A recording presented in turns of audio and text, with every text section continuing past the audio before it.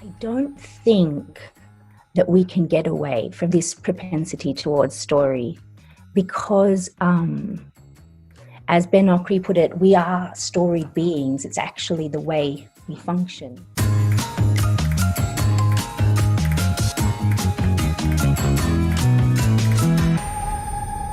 Hello everyone, and welcome back to Chasing Consciousness.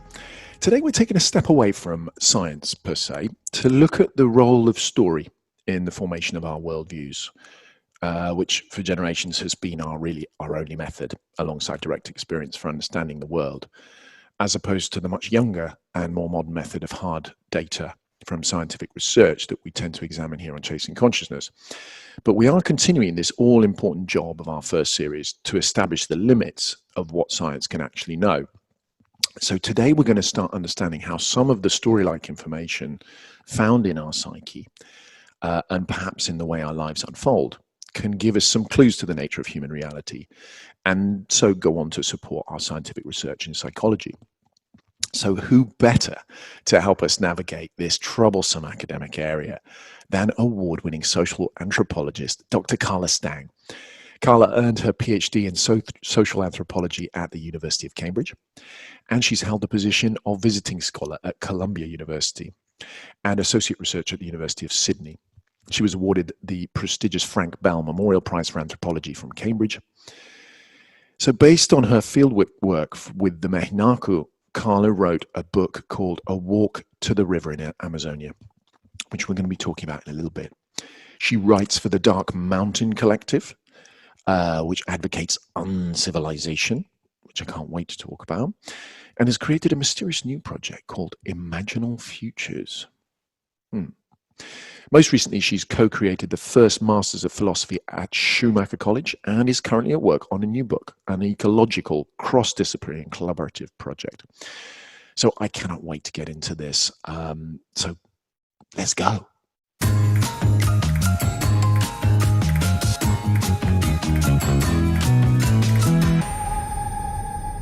So Carla Stang, Dr. Carla Stang, welcome to Chasing Consciousness. Thank you so much for coming on. How are you? I'm very well. Thank you for having me here. Dr. Stang, before we get into the importance of story proper, I just love asking my guests about their first inklings of deep questioning when they were younger, when they were kids, teenagers. Tell me, what were the first burning questions for you that you simply had to pursue and that may have influenced you in your choice of career?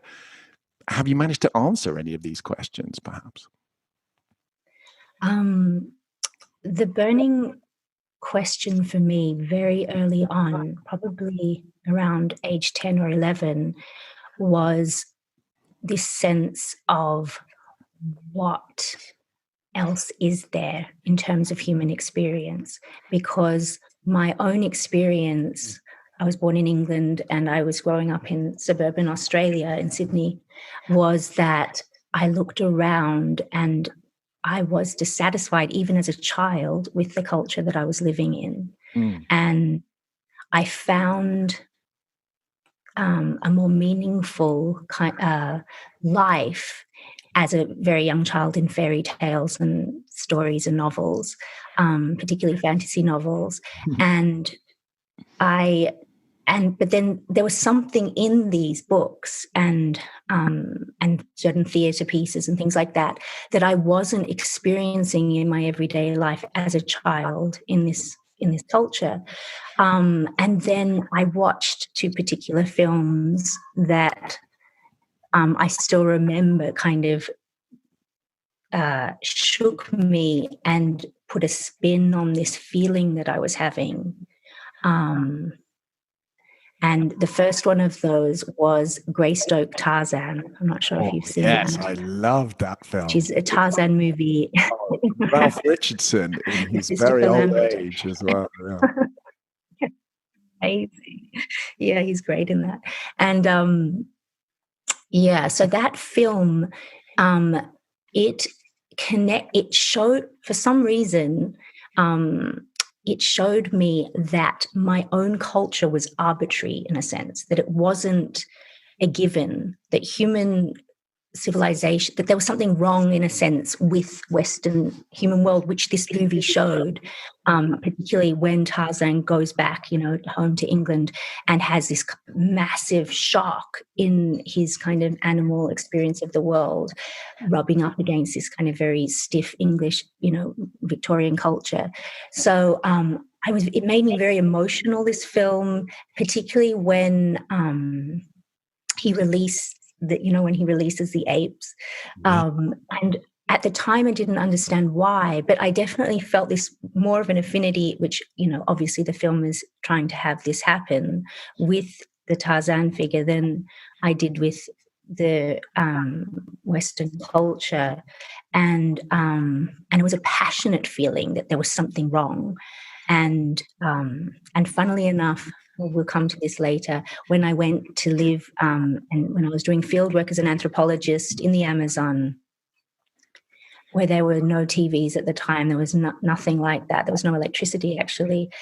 These dentists brought a projection, a projector, and showed that film while I was sitting, of all films.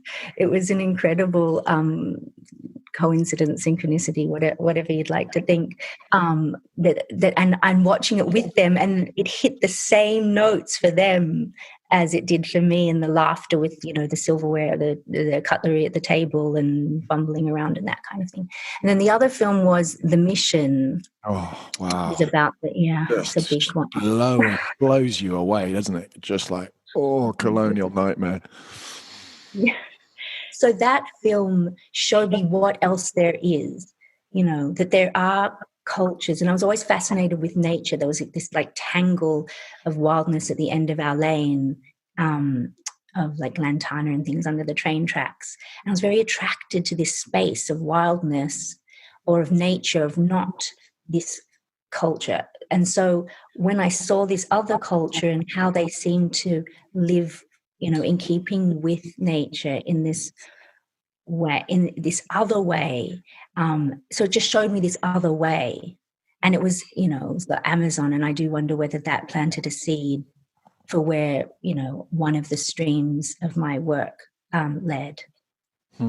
Interesting. And do you think that your decision to look for that other thing that you were lacking, have you answered any of those questions? Have you discovered what it is that's better? It's not so much, well, in some ways, it's not a fashionable thing to say in the anthropological community that, one cosmology is better than another, but there certainly are, there certainly are cultures that lend more to what William James called living life with fullness, as fully as possible. And I think that cultures that, like Amazonian cultures, like the Mehinaku people who I do work with in Brazil, those kinds of people do have a richness of experience in some ways that is more full of life and full of meaning. Okay. Well, that's definitely something worth looking for in life, isn't it? So, by means of introduction to our main topic today, which is around the importance of story, I thought that a little anecdote would be fitting. American skeptical philosopher Alex Rosenberg wrote a book called How History Gets Things Wrong, The Neuroscience of Our Addiction to Stories. And in this book, he laments our ability to get sucked into history's stories and to mistake their narratives for fact. He complains that we're hardwired for stories and we respond far more to narratives than we do to hard data. But the absurd and rather wonderful part of this story, he said, is that very few people bought this book. So he decided to write a novel about it instead. And yes, you guessed it, it became a bestseller. The irony. So, Carla, what do you think? Do you agree with his diagnosis that we are hardwired, that we're addicted to story? And to what extent do you think it's a problem for the evolution of our worldview as we respond more to potentially to narrative than the data that scientists and academics such as yourself are working so hard to help us understand the world better? Okay, this is a very interesting question. I don't think that we can get away from being for this propensity towards story, because as Ben Okri put it, we are storied beings. It's actually the way we function. Now, so to evolve out of that is to become inhuman in a sense. And the impulse to do that does make me wonder. It's like, there's a wonderful article by a physicist and a philosopher called Eugene Minkowski, and it's about, it's in a book of his called Towards a Cosmology, and he talks about the difference between the poetic and the scientific glance. And he uses this example of this little girl looking at the stars in a novel of Balzac, and her wonder looking at the stars. And then I think it's her nanny comes out or her mother comes out and says, there's no point looking at the stars. You're not an astronomer. And he moves in this piece of writing towards saying, even as a physicist, and this is something I experience a lot with scientists that I know, that that they have a sense, that their work in a sense is poetic. So it has story in it. So he says, what Minkowski says is there's a structural alliance between humans and the world, in which the poetic nature of the world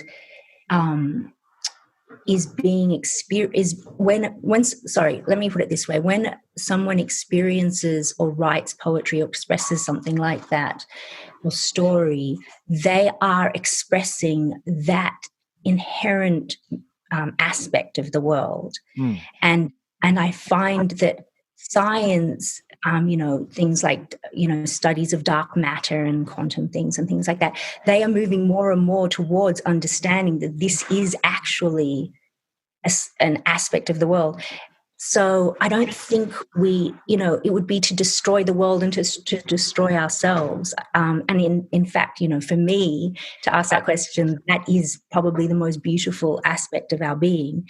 The other thing is, I think that science is a story. It's just a different kind of story. So if you think of what an experiment is, it's actually like the description, a narrative of an adventure. The hypothesis is, this is what we're going to do, this is where we're heading, and we're going to go on this adventure. And then it describes the adventure. And at the end, you see the conclusion of the adventure. It's the conclusion of this story of discovery, which is one of the reasons I find science so exciting. So I don't really see the need to, I think that these are different storied languages in describing the world, is what I want to say, science and narrative. But I do see his point, because I think he also makes the point that we fall for bad stories often in history. Is that right? I think he does say something about that. He's definitely criticizing the fact that we take history as fact rather than as a narrative. And obviously, as I can't remember who famously said it, that, history is written by the winner. Is I think a very brilliant geopolitical statement about the nature of the way history is told. But I think he was probably frustrated by the same thing that drove me to make this podcast, which is this desire to bring new information that can take our worldview forward. And this first series is, with this whole podcast, is basically saying we need to update our worldview. And all the data's there. I mean, we're talking about, quantum physics alone, we're talking about more than 100 years of quantum physics, and we still haven't assimilated the implications of that. So that's something that I think is really important. And maybe he was a bit frustrated with that. But let's come back to that. Let's stay with story for now, Carla. Now, something I really want to spend some time on today is Joseph Campbell. Now, Joseph Campbell, also an anthropologist, right, Carla? Well, he was a comparative mythologist. So he, the essential part of anthropology is actually the field work, is the fact that people go out and experience things and learn things firsthand. He's the opposite of that. He was more of like an armchair philosopher where he was reading, different accounts of different, like you say, narratives and histories and written things and making theories out of these written accounts that he could find. And he studied stories from all over the world, throughout history, from all different kinds of cultures, and he discovered a common pattern in the most popular ones, which he called the hero's journey or the monomyth. Can you help introduce this concept? Because I think it's going to come back later on in this series and probably well into the rest of the podcast, this cycle, the hero's journey that he noticed. And after you've introduced it, I'd like to ask you if you think there's an underlying significance of these epic stories for our own lives, and maybe that's why they're so popular, or are they just fun stories? Is there a deeper significance? Okay, so let me start with just describing Joseph Campbell's just the narrative, really, of the hero's journey, as he puts it.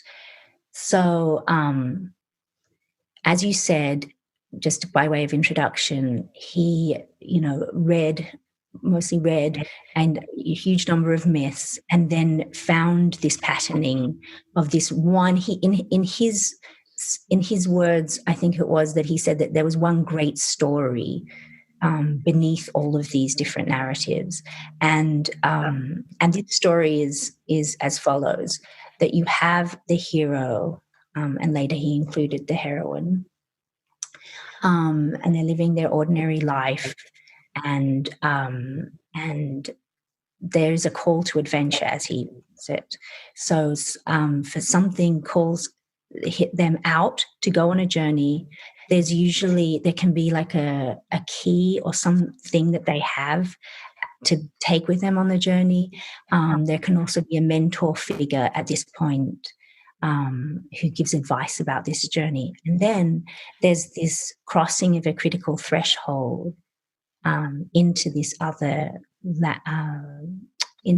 space of adventure. So they've crossed into usually quite a dangerous field where they experience various trials. The critical, at some point, there's usually a victory or the defeat of a dragon or things like that, and then entering into the innermost sanctum, which is often a cave, and places like that, where there's a very sacred magical thing happens, which often is thought of as a sacred marriage or an encounter with the goddess. For men, and for women, it's an atonement by the father. Then what happens is there's this choice is given to return, and if the narrative normally moves towards this return, where this hero has to return to the ordinary world, and there are usually more trials, even sometimes worse than the initial one, in order to do that. And then once the hero returns, there's this what Joseph Campbell talks about as like a double vision. So this person has transformed to have this idea of they have the wisdom that they've gained in this kind of initiatory experience in the middle. They've gained this experience of the other world, and now they're living in both worlds. And some of these stories, that's a gift to the world around them. So basically, in a more simple structure, you would see it as a departure from the ordinary world, a transformation or initiation in the middle, and the third part would be the return. Fantastic. So there's this idea that that the hero or the protagonist in their quotidian world needs to be drawn into this world of the unknown and to face their deepest crisis, to go through the hardest possible thing for them in order to receive some reward and come back changed, transformed, more knowledgeable to face their quotidian life. Did Joseph Campbell think that this was something applicable beyond the myths themselves? Did he feel that this was something that applied to our own lives, or did he not go that far? Oh, he certainly did. And he wrote poetry about it that has become very popular, with this idea of following your bliss, which is this, the thing that would call the hero out into the adventure. So absolutely, I would even, he certainly thought it was an underpinning of the way that the world works. A very important part of this, the part that I really like, because I, like many people, have a lot of problems actually with this, the way it was presented in the myth itself. The way that he, I don't know whether you want me to get into that, but please tell me what comes up for you, Carla, because this is one of the main focuses here. Yeah. So, well, it is absolutely a part of Western life, this myth. And I would say the most glaring problem for me is that it is, he, as he himself put it, calls it a monomyth. So it's this kind of idea that there is this one, out of all of the different cultures in the world, it all boils down to this one story. Now, as an anthropologist, it's just factually untrue that that's the case. It's just absurd even. So, and there are many ways that I'd like to go into, because I think it is really important, because I think it is a Western tendency to assume, for, not everybody, but I think there is this kind of common sense notion that we're all human, that we're all the same. And I think that's very reductive of human life. And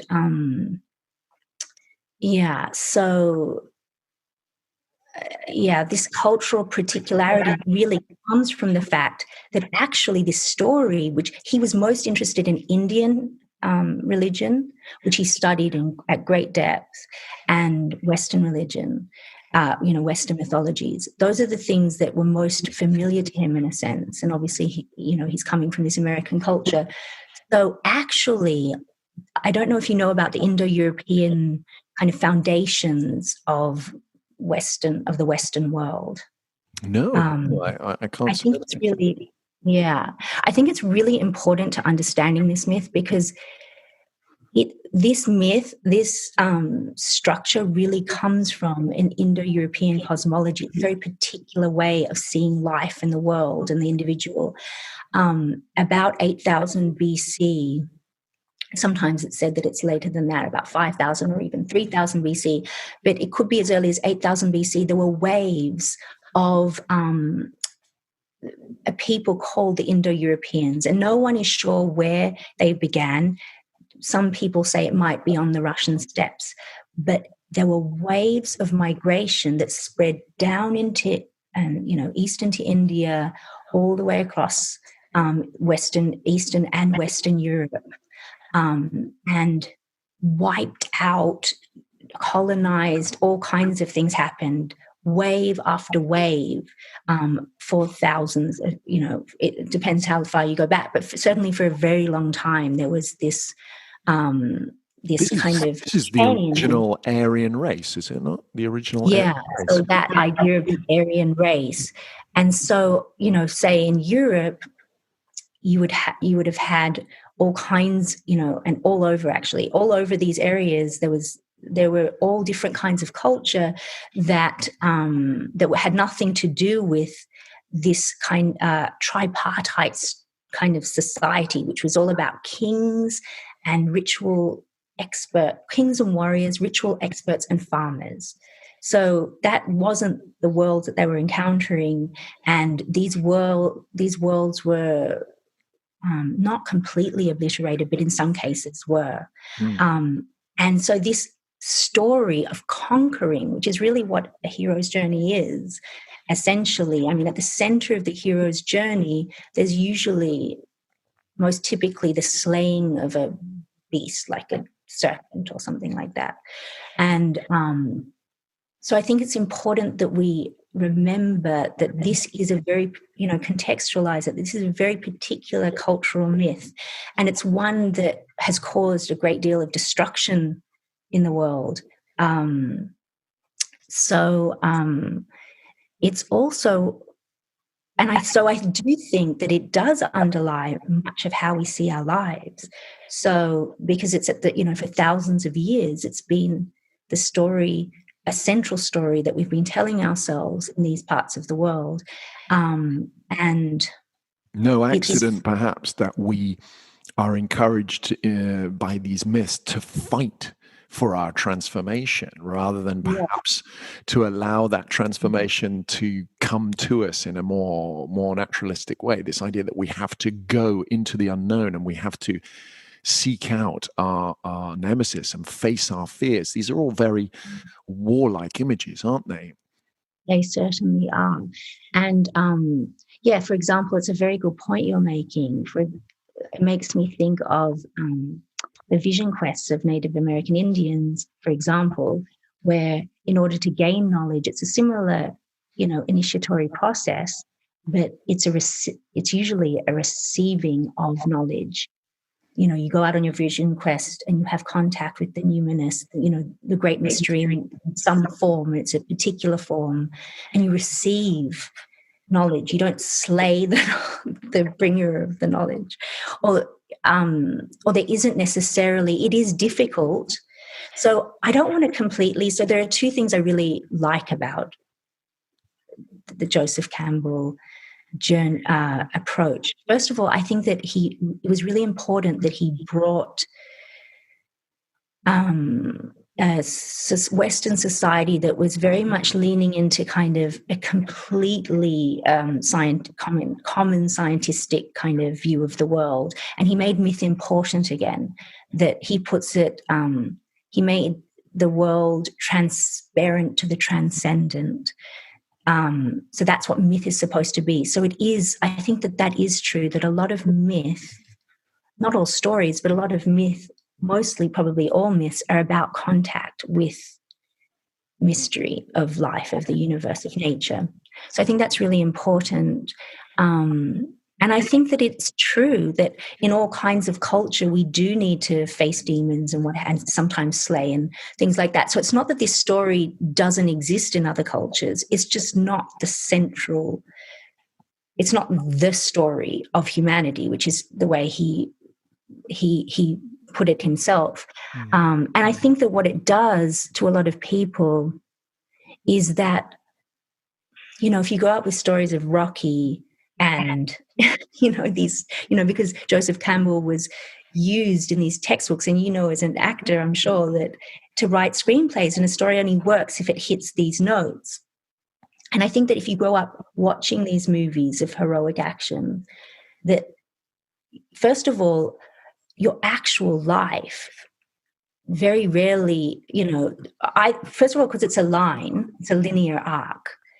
So a lot of the time, your life, it's like, I haven't got there yet, So you're not living your life. You're waiting for your life to get heroic, or you're on the other side of the heroic phase and you're in anticlimax, right? And so I don't think it's a particularly helpful myth to have at the center of one's culture, apart from the fact that it has wreaked and continues to wreak, colonialist destruction all over the planet. I mean, in terms of Western people for themselves, I think it's quite an unhelpful or a difficult life, and a very lonely life to live. And I think also the important thing for me as well is that the individual, it's all about individual self-knowledge, So again, it's this process of remind me to come back to initiation, by the way, because I'll forget. Absolutely. No. This is the second thing you like about it, I'm sure. Yeah. Yeah. So the self-knowledge thing is that the second thing I like about it is that it does actually exist and is helpful in some parts. Okay. It's the mystery that's helpful. The thing about initiation is that I think that we lack initiation in our culture. So what is happening is it's almost like this is a story of initiation, and it is a valid thing. Initiation is crucial to human growth. Well, it is growth and experience, fulsome experience of life. But it's like we're on loop with this story. Like we have to keep self-initiating, and then there's nothing else. There's no, the world isn't talking, and we'll get there later because the world has its own stories to tell. But coming back to this monomyth thing, this idea of self-knowledge is like it's so centered on the human and the self and the individual and even though often the hero brings back a boon and helps, they don't always. So it's just about the human doing this for themselves and having this transformation for themselves. And of course, this is not particularly conducive to a wonderful communal life. And most societies have myths which actually are not centrally about one person achieving success. So I think that's important to note as well. Thank you, Carla, for identifying some of the problems with this. Often, shall we say, Campbell is often put on a pedestal, isn't he? And that this is sort of considered to be the answer for including myth in our modern culture. But just to mention what I think is important from this, because it's touched me a lot. I tend to see it less about the slaying and the murder and the danger and the fighting. The thing that really I noticed when I saw this, I was like, because I've been very lucky. I've had many calls to adventure in my life, and I've been lucky enough to have been taught that it's okay to follow them and that, not to be scared. But what I did notice was that these crises, the low point, the deepest into the underbelly of the unknown that one goes, and this idea of crisis and of just basically being at your worst, you're totally at the mercy of your worst fears. For me, that bogeyman, that monster, that dragon, is a symbol of one's own fear. And this idea that one's own fear, the fear of the unknown, the fear of the thing that you actually aren't brave enough to become because it's unknown, that itself could be a block. And until we're put in a position where we have to survive, it's that or die. It's get it or die. That for me was the key here. Is about fear. It's about facing a challenge. It's about the comfort zone and saying, listen, actually, it's a lot easier to stay in our comfortable everyday life where we know what we know. But that life tends and stories tend to throw up these little invitations to come and face your worst fear and your biggest challenge. So tell me, just before we move on to, the female version of the hero's journey, if it's any different, do you identify with any of that? Do you think that Campbell was onto something there? If we look at it through this lens that's slightly less literal and a bit more symbolic, is there anything there? Yeah, absolutely. As I said, I do think that it is helpful to have that. And I think it does exist in numerous cultures across the planet. This narrative of, and to think of one's own life in that way and experience one's own life that way, and bear the trials of it and be rewarded with them for doing so. And you're absolutely right. It's not always a slaying of a serpent. There's all kinds of ways that the trial can play out in different stories. So I do actually think that it is a helpful story. I think that it's important to see where it came from. I think it's important to see how central it is and whether it should be essential, why it's essential as it is, what story it's telling us over and over again, and whether this is, even the word monomyth, what about all the other things that life is about? Like, you're a parent. I think that sacrifice, for instance, and I'm not talking heroic sacrifice, I mean like not doing the things that you want to do stuff that feels really boring sometimes, is, to me, in a way, and there are stories that talk, say in Amazonian stories, it's less about, there are kind of heroic stories, and we'll get into that later, but it's more about upholding the world as it is, because it's a difficult world to live in. So it's almost like it's a privileged position to be in, to go on an adventure. And this is a kind of a side point. I saw something on the social media recently, which yesterday actually, which was about, these people, especially young people, going off to Tulum to this kind of Burning Man thing. And, what this particular person had just done, a 3-week trip of taking ayahuasca before they did. And, it became a super spreader event. So, but to them, I'm sure they were following their bliss and have it, to the way that they spoke about this experience was as this heroic journey that they've just been in the jungle of Mexico, which is not where ayahuasca is from, but anyway, and they've taken ayahuasca and what have you, and they've gone to this thing to follow their bliss, and they've come out the other side of their hero's journey, and now they're partying, with absolutely no care for what was the consequences of acting like that. So I think, in a way, staying with this, keeping this myth at the center, and I know, because it was important to me when I was in my late teens and early 20s, and I made some very silly decisions because of it. But that's okay, I guess. But the thing is, I just think that it needs to be tempered by other stories and larger stories, like stories of, ancestors. So, yes, there's an ancestor in the initiation story, but actually Jung, who Campbell draws from, relies upon, I think he does so in a very simplistic manner. And it's not really his fault, because I think that Jung has mostly been misunderstood, actually. And in what way? I'm not going to. Well, this is not solely my opinion. The wonderful historian, kind of the leading historian on Jung, a man called Sonu Shamdasani, who was responsible for publishing the Redbook.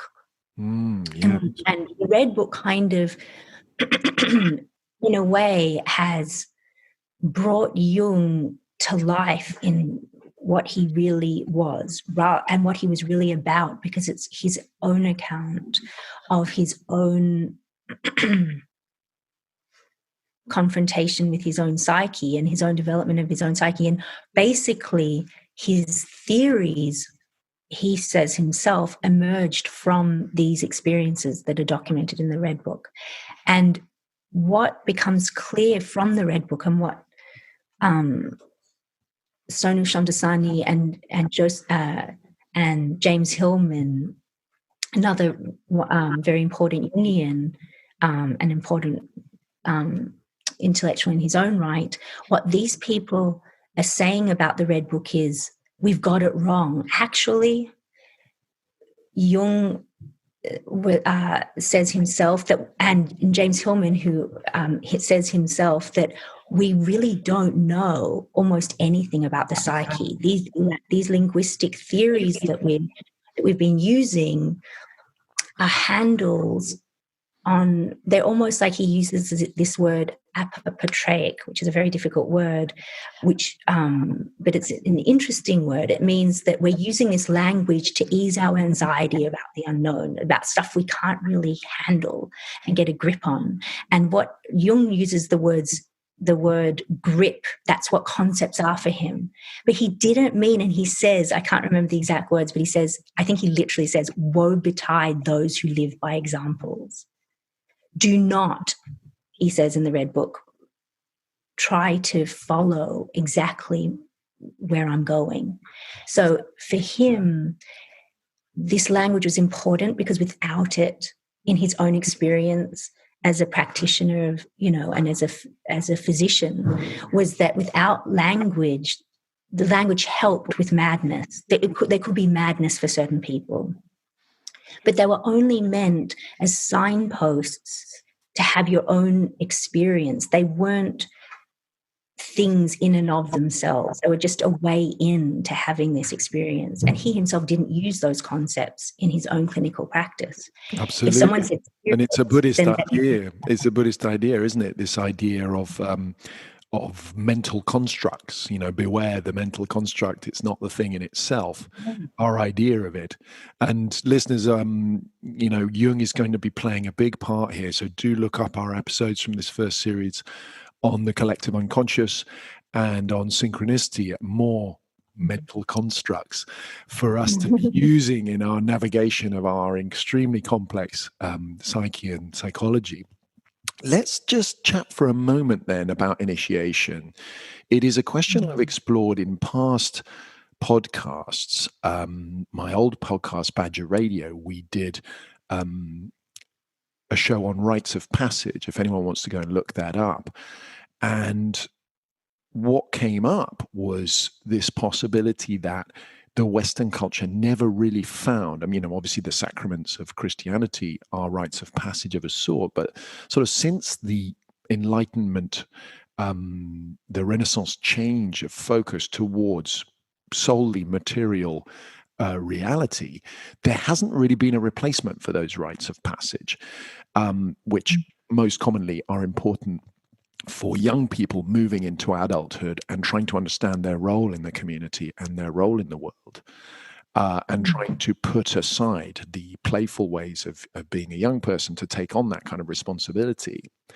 Interesting that in Amazonian culture and other indigenous cultures, very often that's associated with a death-threatening event, which brings me back to Campbell again, this idea, okay, you have to go off for 3 days without food, or you're going to be given a severe hallucinogenic that you may come to the edge of your psyche's in sort of integrity, the edge of madness, or you have to face a wild animal or something like this. What do you think is the consequence for us as a culture that we don't have that on our way into adulthood? Where does that leave our adults? It leaves a society of children, of mostly children, and old people who are even children, of elders being, in the true sense of the word, being a rare phenomenon. And, it leads to things like governments led by people who act like children. So it's a very dangerous space to be, because it's this idea of, just following your bliss in kind of a very simple, I know he meant that in a much deeper way, but I think that it is in this more kind of pleasure-seeking principle and not one, and, the obvious consequence that no one is thinking of consequences, because Jung, in terms of elderhood, Jung said something very important. And this is a kind of idea of initiation. It's a very deep one, I think, that comes out of the Redbook. And it's that our lives are about answering the unanswered questions of the dead. And when he says the dead, he means all of the human dead. Continues the ancestors' project in some way. Yeah. So that is such a different kind of a project, story, in a sense, to the hero's journey. And that's what the Redbook actually becomes. And that's what, say, James Hillman says psychology really should be and become. It's this, and the dead, when I say the dead, I mean the dead, that they are alive in us, in their own way, but still in a real way, because we tend, and this is something that I think we'll talk about later, that we think of things that are imaginary as unreal. That's why the word imaginal came to be, because to give things that are not of what we think of substantial reality, but are real in their own way. So if the dead are real in their own way, and to become an elder then, and to become a culture worth its soul, a culture that is one that engenders fulsome life for everyone, including ecologically speaking. I think it is really looking, as coming right back to the beginning, looking at the stories of history, but the truth of them, because it's all about, and I didn't say this at the beginning because our conversation meandered somewhere else, but I think that, science, whatever kind of stories we have, it's all about being discerning about the stories, and what, you can have. So sorry, I'm digressing, but so so if we listen to the stories of the dead, then we won't, in a very simplistic sense, make the same mistakes that we did, say, and I think this was very important to Jung, because he just, coming out of, he almost, the First World War happened, and he says, foresaw that happening. So this sense of like, we need to learn history's lessons, and we need to come to terms with the dead. And until we do that, we don't have a society worth speaking of. And in other cultures, and relationship with the ancestors is more central. For example, it's as central as initiation. It's a daily practice in most cultures. So I think those kind of cultures are very different to ones where we lack initiation and have zero relationship with our ancestors, or very little meaningful relationship with them. And yet somehow for me, this idea of a hero's journey that comes to this crisis where we are facing our biggest fear and probably the most difficult thing we've ever done, for me, the initiation is there, which is this confrontation with something that I have never, as a young person, been exposed to. Now, as an adult, I am right there feeling the brunt of the terror of facing which I think Jung called the abyss, the darkness hidden behind. This dark abyss of the unknown is so terrifying. For me, that in itself, just getting used to that abyss of the unknown, could itself be an initiation. And I wonder if that's not what Joseph Campbell had in mind. Yeah.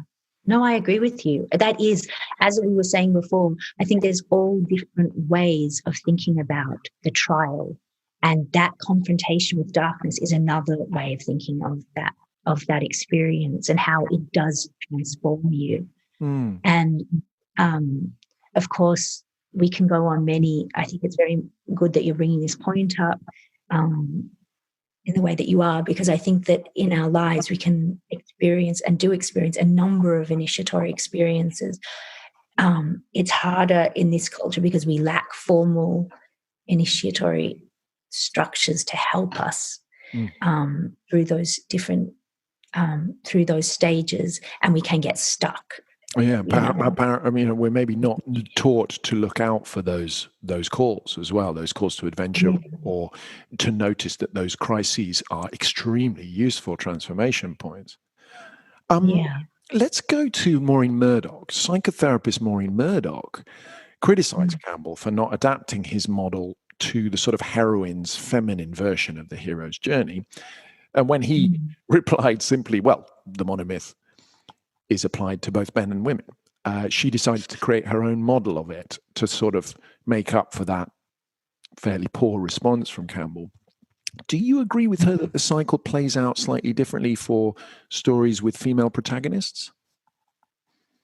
Not necessarily, and yes, I would say. I would say that it depends. So I think that women can experience exactly the narrative structure of the hero's journey and the slaying of demons and or experiencing of trials another way and transformation.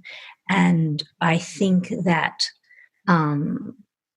also, as I was saying, I think what she's saying is, what I was talking about before, that this myth is central to our culture, and there's something wrong with that being central. There's these other things that should be happening. And for women, I think she says it just for women, but I think it's true for men as well. There's another kind of story that can also live alongside, because of course we can have many myths in our lives that we're living with. So the other story is kind of a healed, redeemed version, as I see it, of the hero's journey. So instead of an arc, first of all, where it's a linear progression through stages to the end, it's a cycle. So that already is changing things, because it allows for this kind of idea of, if you feel it, you're experiencing this you're experiencing this journey. It's almost, you could be anywhere on this point and doing it again and again. So it's just this feeling of failure or anticlimax or whatever.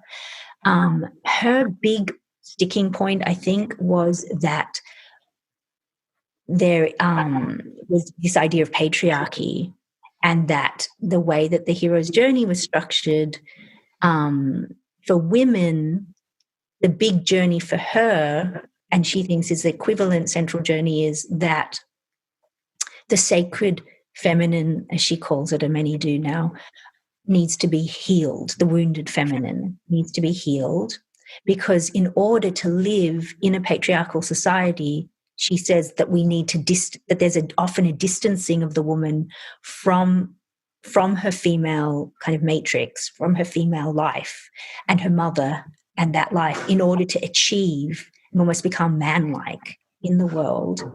And that for her to actually experience a meaningful journey, she actually has to go back to the feminine after she realizes, she feels the emptiness of that achievement, because it feels empty to a woman, according to her.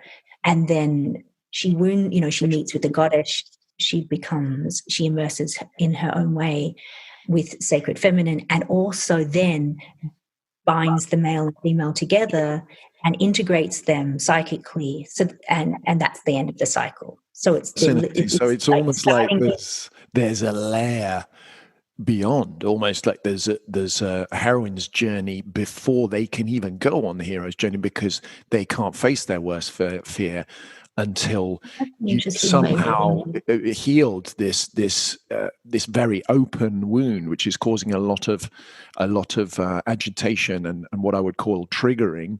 And then only then can you really set off on a genuine initiation to genuine. No, I think she doesn't even like.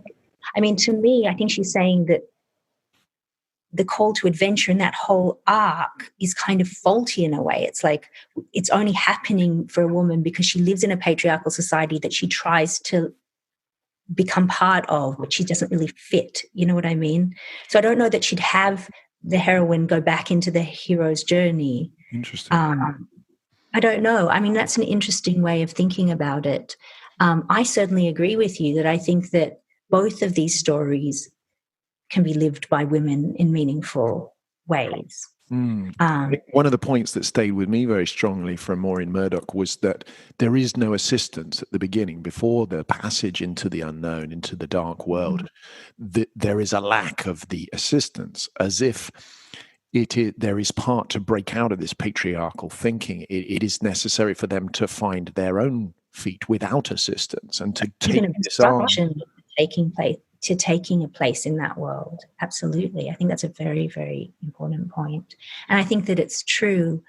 I think so that's why I think that it's a healing story for men as well, because I think she's really saying that that I think that men can also live the cycle that she's suggesting as well. I personally think that it's important, because I think that these words of sacred feminine and sacred masculine are bandied about a lot in Western, particularly in New Age Western culture. And I think that when that happens, the terms can become reified, like they become like solidified as if they are just these things. And I think that the way that they're being characterized is not necessarily, it's just kind of like this stuff that people have decided at some point in the last few decades. It's like the female is yielding, the female is darkness, is yin, like all of these kind of associations of feminine and masculine. I think it's very important to realize that they are not as such. They're just our current cultural constructions, partly historical, partly taken from other cultures. So I think that's really important, because she says things like, well, we need to become more, in this cycle that she suggests, there's a stage where the woman, when she integrates her masculine, is then able to express her feminine. Why is expression a masculine quality? So I have problems as an anthropologist. It's not so much that I have problems, I just want people to realize that these things are cliches in a way, to use an ordinary word. Well, and they're buried in each one of us, aren't they? As as psychology, both Freud and Jung would hold. There is the anima and the animus within us, causing its own little interaction, its own little story, very different for all of us. Well, perhaps, because the thing is that I think that's important, and as an anthropologist, I have to point this out, that I'm not a psychologist. So to me, the psychological model, anima, animus, shadow, what have you, these are Western cultural constructions. They're just one cultural way of describing the of human being. They're not necessarily the way I feel my own being works. And as you mentioned, they're highly reductive. They're highly oversimplified. Yeah, exactly. Carla, I'd like to, just before we take a break, I think it's important to get to your idea of events of consciousness. So I know that your work explores this idea of events of consciousness, sort of various discrete levels of existence. So, for example, it might be a quotidian level or a mystical level or a ritual level. Can you explain a bit what you mean by an event of consciousness? And do each of them have a different purpose evolutionarily? Do you know what? When I have used those terms, I don't mean to kind of reify them again as categories. When I say event of consciousness, the emphasis is actually on the consciousness. So when you look at, say, things like ritual, sleeping in late on a Sunday morning,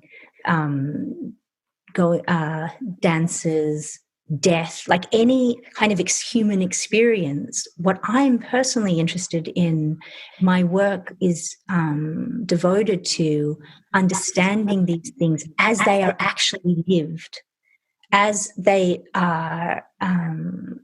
come to be as in a human consciousness.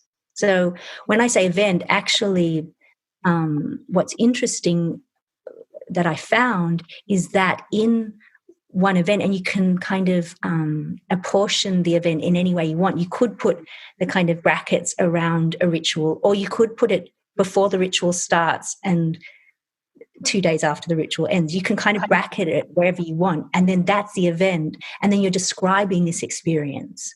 So in a way, it was just like a demarcation of, like a defining of terms of what I'm interested in. I'm interested in this experience from here to here, just so that I can come to terms with it.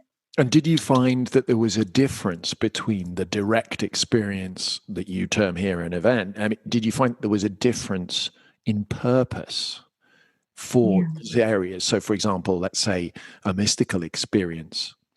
Right. Is there a reason in the way you're seeing it? Is there a reason why that might exist in complement to a quotidian experience? Could it be that each one has a different purpose? Well, that what you're talking about is very much what is called in anthropology functional anthropology. So that's like, what function does this particular thing serve, which is not really what I study.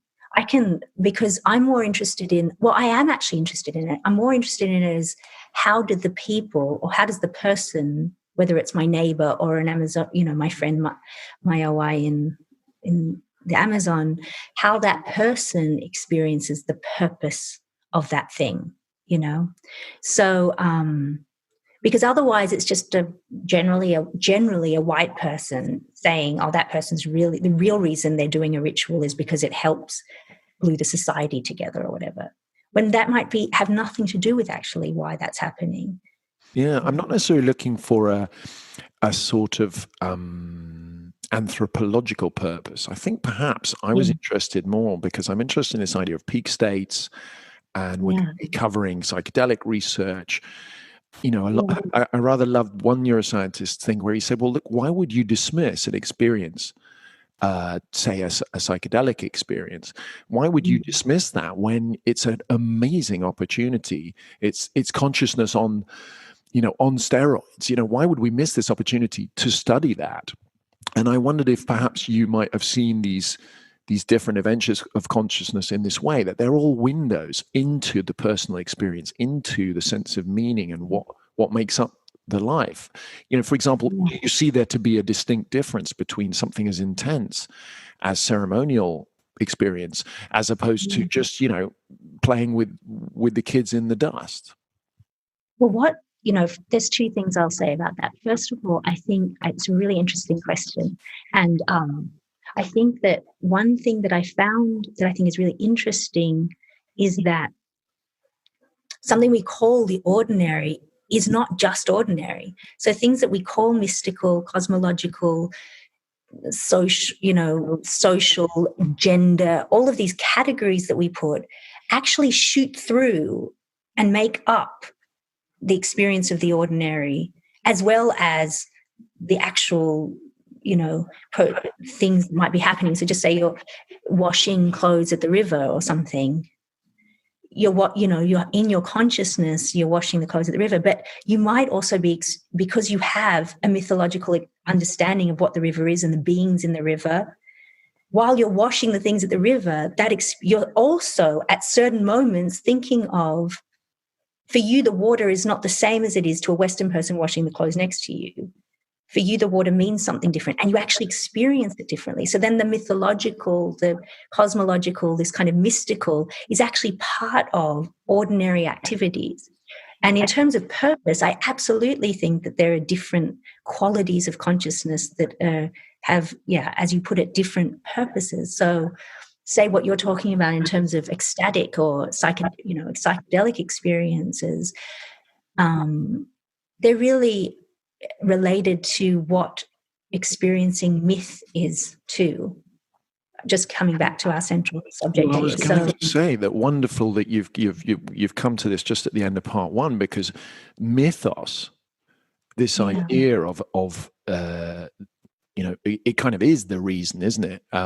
This idea that our mythos, our reason for doing things, the story we bring to situations. You even mentioned that science has its own mythos. This search for objective truth. What a lofty mythos. How wonderful it would be if we could get the whole way with the tools that we have of measurement.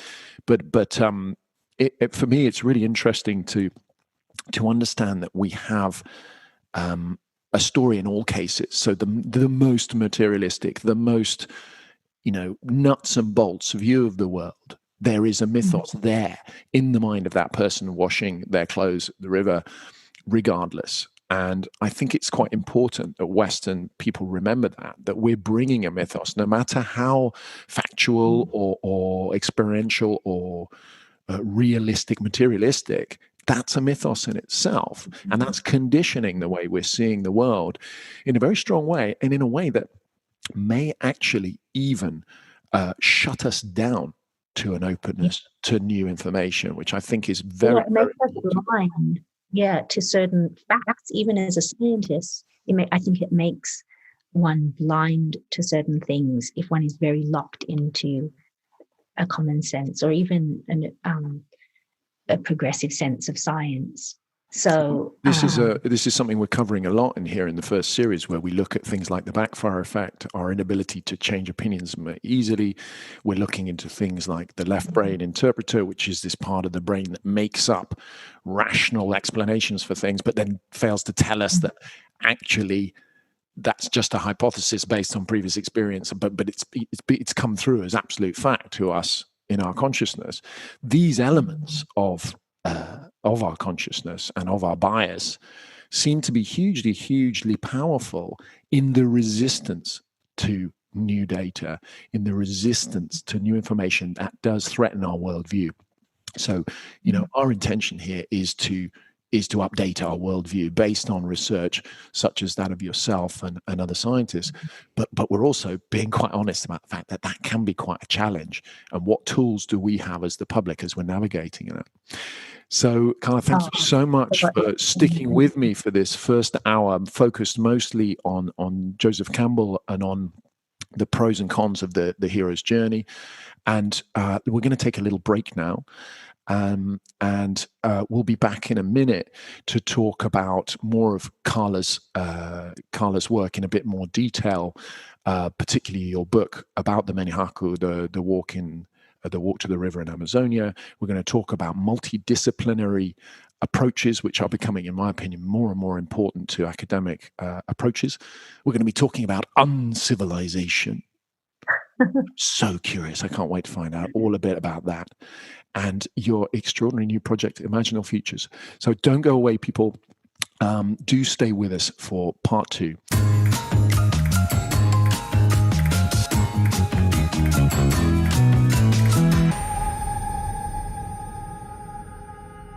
So hello, everybody, and welcome to part 2 here with Dr. Carla Stang, social anthropologist. Welcome back. Hello again. Thank you. Hi, Freddie. Carla, I want to start talking about multidisciplinary work. And I know that your work's becoming more and more multidisciplinary, drawing on philosophy and psychology, as well as anthropology. Can you speak a bit about why we need that interdisciplinary thinking and why we need to think across the boundaries of these specific, slightly isolated academic fields if we wish to get a sort of big picture insight into human nature? Well, it is exactly as you say, to get a bigger picture on a specific issue, question. So if you have a question, one thing that universities that are really embracing this idea of multidisciplinarity are doing is they, instead of having departments of different, formal ideas of subject that we traditionally have in academia, of science, anthropology, sociology, psychology, what have you, they have departments of question.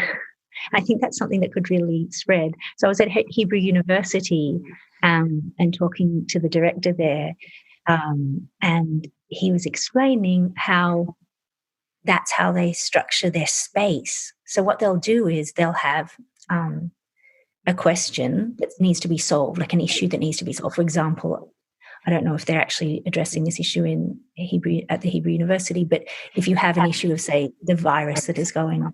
So instead of just having everyone working on it in their separate little offices and separate departments, you'd have, this is the thing we're trying to fix. And then you get all the different people from different subjects who can speak different languages and describe different and bring different insights from their separate fields and discuss it with one another, and come up with a solution together. Because of course, the questions themselves don't necessarily, don't care about disciplines and departments. So to really address them, we need to cross them, and there needs to be, less competition. I think in America, where I'm living at the moment, there is a lot of competition between academics within academic departments. So people won't share the information, they won't discuss their findings, because in order to, and it's the same in Australia too, in some ways, that in order to maintain your position, you have to publish an original paper. So you don't want someone else to, and it's all about publishing papers. And I think that this system of academia is obstructing knowledge, because knowledge occurs best where there's a sharing and a cooperation and a mutual inspiring. I did my PhD at Cambridge, and one thing I think really works about Oxbridge is that because in each college, the colleges, which is where you spend most of your time, are not by department. So at dinner, you could be sitting with the Royal Astronomer, which is what I would have, and a physicist and a psychologist and someone doing business informatics, and all these different people. And in our conversations, some of those conversations, I think, were probably some of the most inspiring conversations and impacted more on my work than what I heard inside my own department. So I think that cross-pollination between these traditional kind of inward-looking systems of knowledge is really important, and needs to be progressed. And it seems to me that the specialization is a great idea, and we've seen the benefit of it in our sort of post-enlightenment age.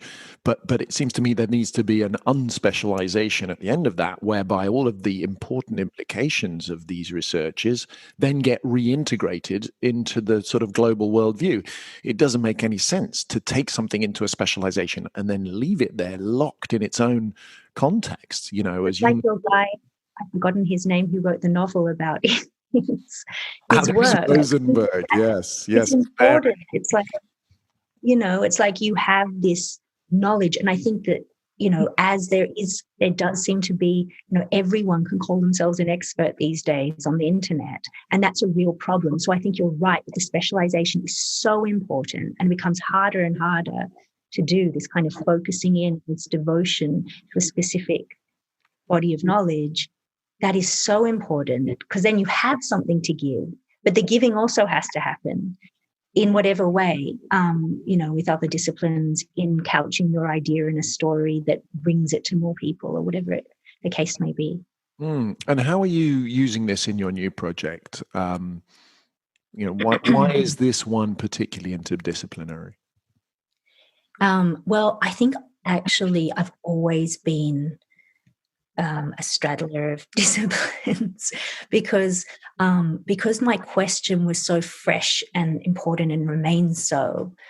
It wasn't so much that I just wanted to be a certain career and I would do whatever it takes inside that career. I had a burning question, as you put it at the beginning, and in order to answer that, I need tools from all different kinds of places, and I'll take them from where I can get them. And so for me, say, anthropological theory is really, can be very ironically distorting of cultures, because most of them don't recognize their own secondary nature. So they don't recognize that words and language and theories which are built on theories, which are built on theories, which is what most anthropological theory is, are not the lives that they initially sought to describe, you know. So so for me, because my question is about actual life and what are people actually experiencing, what works for people, I needed other tools, the theoretical things. As Goethe said, grey are the theories and green is the tree of life. You know, it's the theories can really get in the way of seeing the truth sometimes. They can be very helpful, but you need to use them as tools and recognize them as tools. So the tools that I found were like an anti-tool. So phenomenology, and phenomenology, which is the study of consciousness, allowed me, by using phenomenology, it was almost an excuse. I could say, well, I'm doing this legitimate thing. I'm looking at consciousness because that's what I wanted to do. And so this philosophy gave me a way into doing that.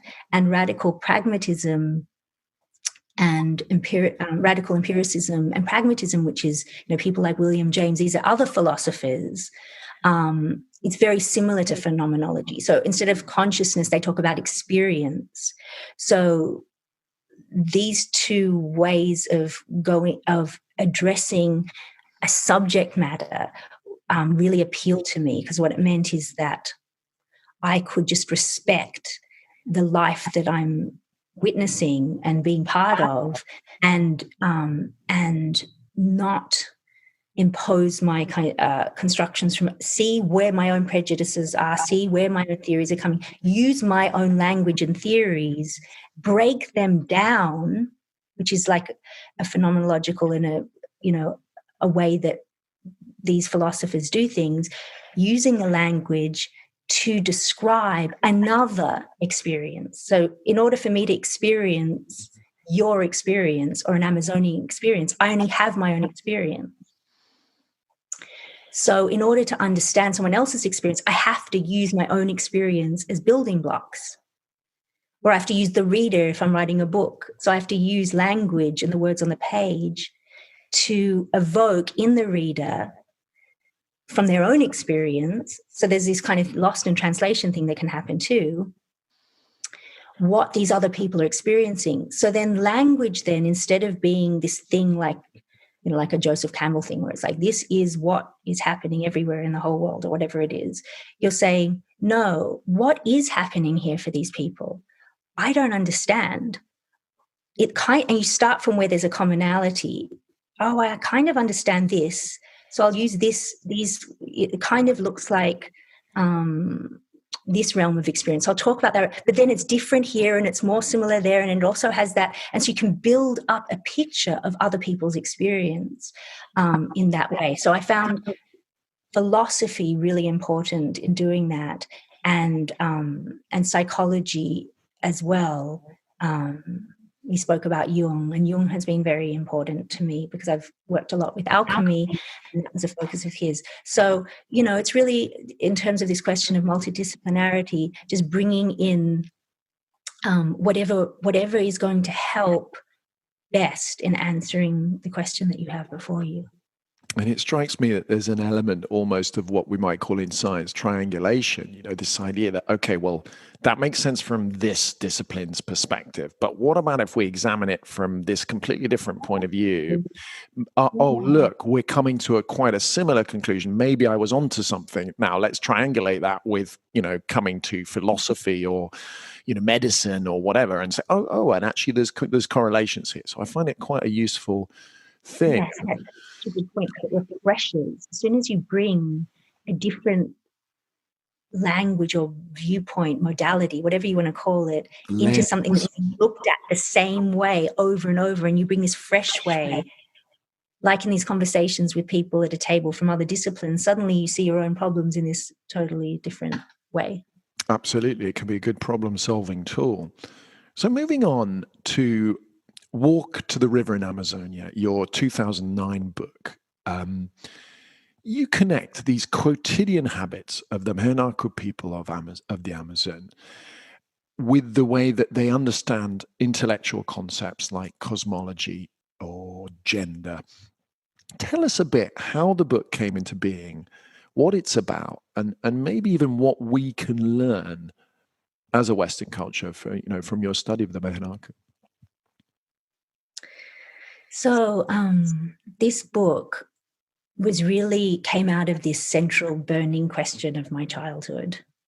So it was really an answer of that question of like, what is it like to be a person who experiences the world in a completely different way, and who experiences it in a way that is more meaningful in certain ways that I intuited. But it was an open question. I wanted to see what that was like and what those meanings would be, especially in terms of a relationship to the natural world.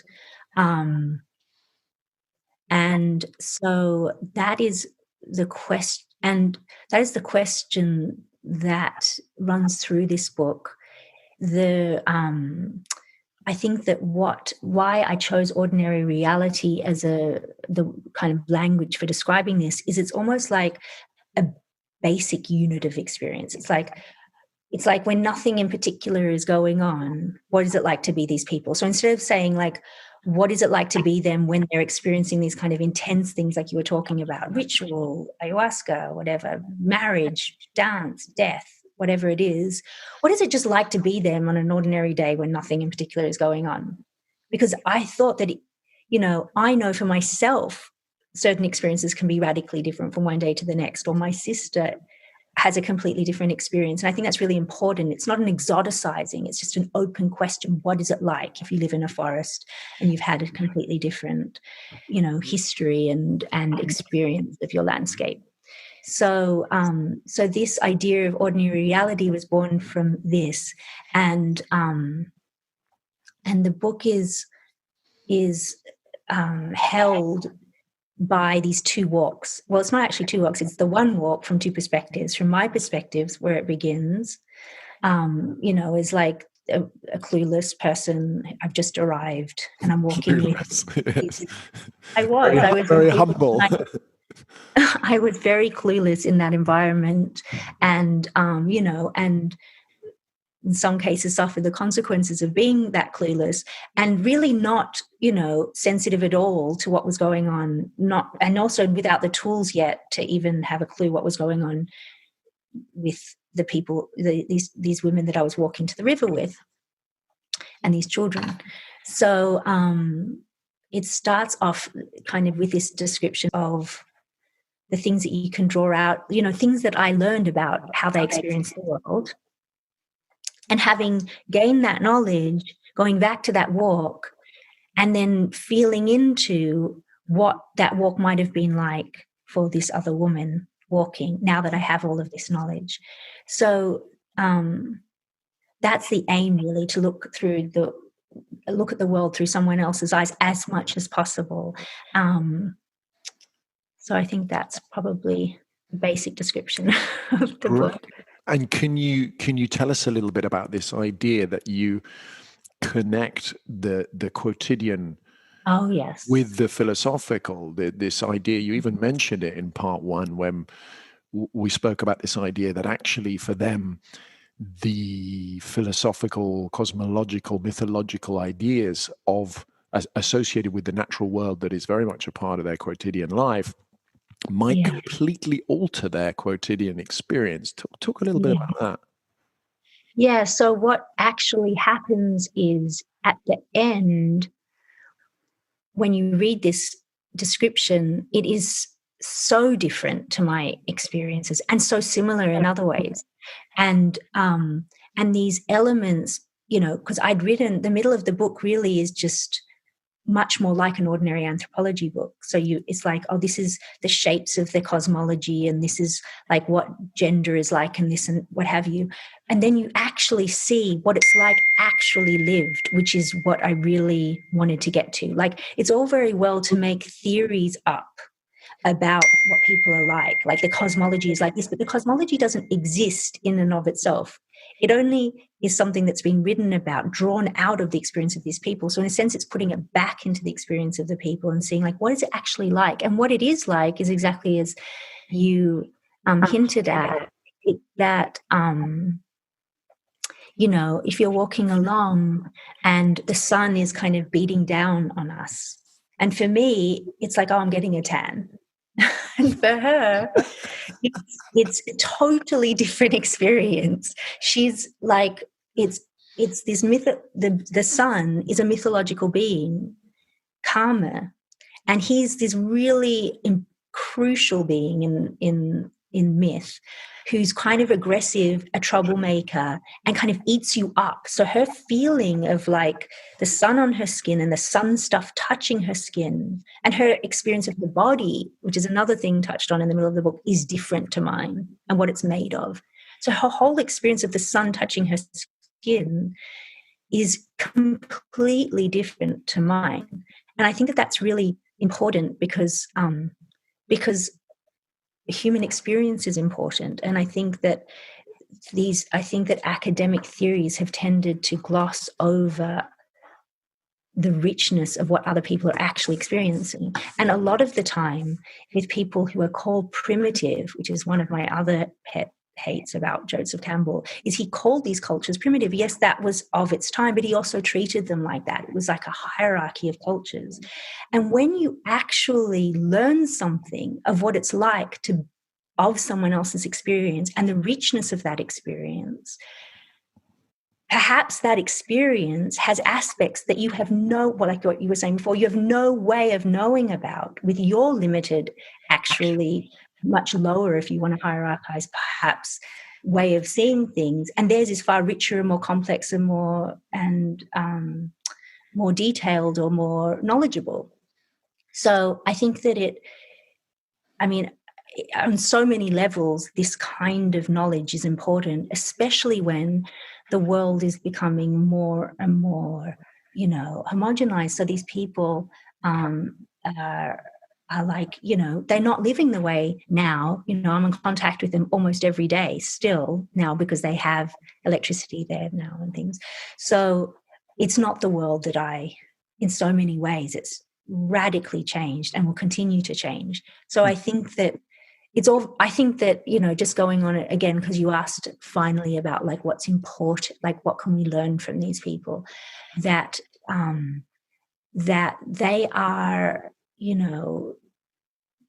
people make up all kinds of theories on social media, on very basic theories without having done any research about like what societies might be like if they were better in this way or that way, or how we can change Western society, or how Western experience is deficient in some way, or psychologists wondering about why we have these kind of neuroses in Western culture. And I think that that these glimpses of other experiences, as limited as they are, because obviously they're not they're not even close to being 100% accurate. They're just approaching another person's experience.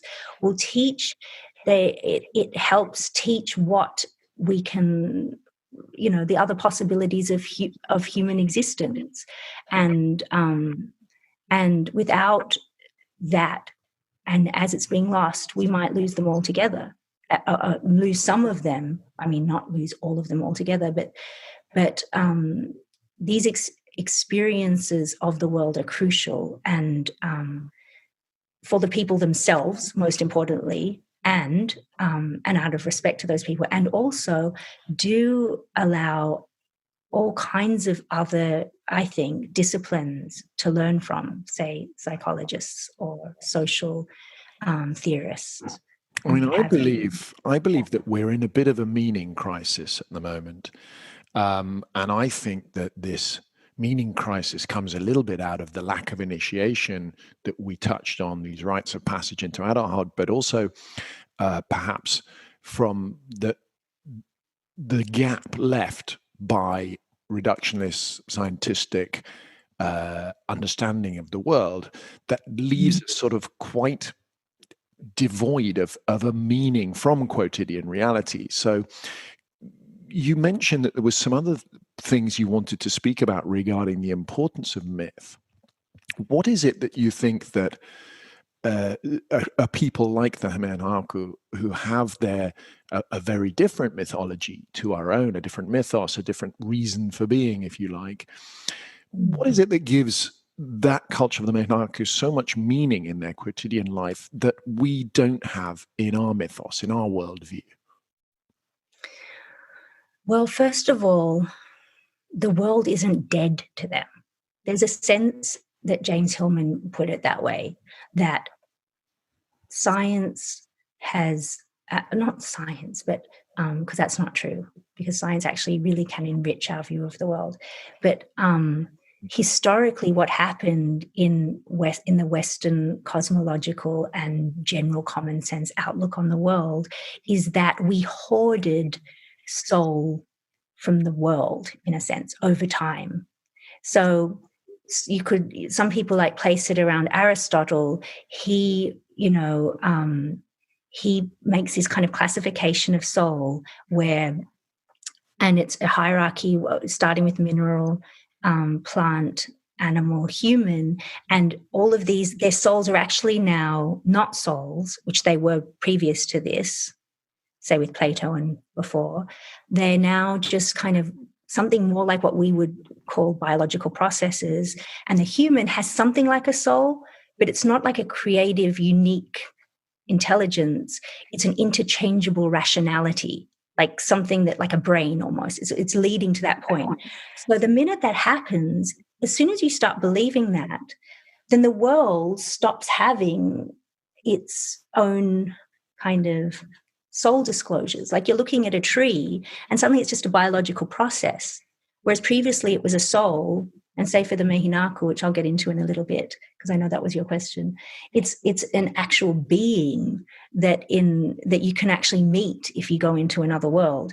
So I think that this kind of what you talk about so well, that I like how neat that is, that like this crisis of meaning is that the world, we walk out into the world and there's so much effort needed to live in it, because if you live in a world where like you think you've got a journey that you've got to make, like the hero's journey, but the world is really just a backdrop to that. It's just this kind of dead stage backdrop of like biological processes or whatever, however you see it. And then, so nothing's really happening. Like you don't really care what's happening in the birds flying over there. It doesn't really matter. None of it matters. So you have to bring, the soul is only in you and in your, the people around you. So you have to bring your soul to keep the world, as James Hillman put it, aglow. It's a huge effort. So as he points out, it's no wonder that people are prone to cults and ideologies and things like that, because they're grasping for meaning, or narcissistic neuroses where they're grasping for the feeling of uniqueness that was robbed of them thousands of years ago by Aristotle, and not him personally, but yes, him personally, and the whole culture. So, what a wonderful, but yet terribly sad way of looking at it. But it seems really, really, really true. And I wonder, just to come back to the sort of central burning question for today's conversation about what we can use. Is there anything we can bring back from that can be useful to science and psychology in terms of understanding the human condition, in terms of understanding what we need in terms of tools, what we need to research as anthropologists, as psychologists? Is there anything we can bring away from this, looking at people like the Mehinaku, that we can actually use as a sort of practical guide to saying, well, listen, story, mythos actually gives us this clue about the human condition that we need to look into further? Yeah, well, absolutely. It's as easy as, like you said about lenses, like changing your lenses. It's like it's not that easy, because it's something that needs to grow over time, and it actually requires a kind of transformation of outlook and culture. But I think it is possible for Western people. And I'll say how it happens for Mehinaku in a minute as an example, as a beautiful kind of living example, is that what James Hillman, as a psychologist, is noticing from people like this, and from actually our own culture. He was obsessed with Florentine Renaissance and Ficino, because for him, there have been people in Western history who've been keeping the soul alive. It's like it's what Novalis called the true history of the world. It's like this, that's not true actually at any level that you want to kind of speak from. So he says that the way to do this and it is a way in everyday life, is something he calls aesthesis, which is actually a Greek term, from the word aesthetics, which is that if you're breathing the world in, the word aesthesis has the notion in the ancient Greek of breath, that aha, like of wonder, like you're breathing the world in. Breathing beauty. That you're breathing the world in. You go out into the world and the world is talking to you, each and everything in its particularity. Because as William James, going back to the philosophy said, is that intimacy is made by particularity, by details. You love your child because of who they are in particular with you. And the world doesn't feel intimate because, they're all just trees, rather than if you have a relationship with each tree and each thing has its own soul and meaning, and he calls, and you're breathing in this kind of, and scientists experience this a lot, this wonder and mystery ultimately of what you don't know, which is on the edge of your understanding. I think Indigenous people, a lot of Indigenous peoples are much better than that. And we were, pre-Indo-European things, is this kind of living with what we don't know and being okay with that, without that apopatrake, that term of like trying to shore up with bulwarks. Well, and without needing a myth where you have to face your most terrifying fear.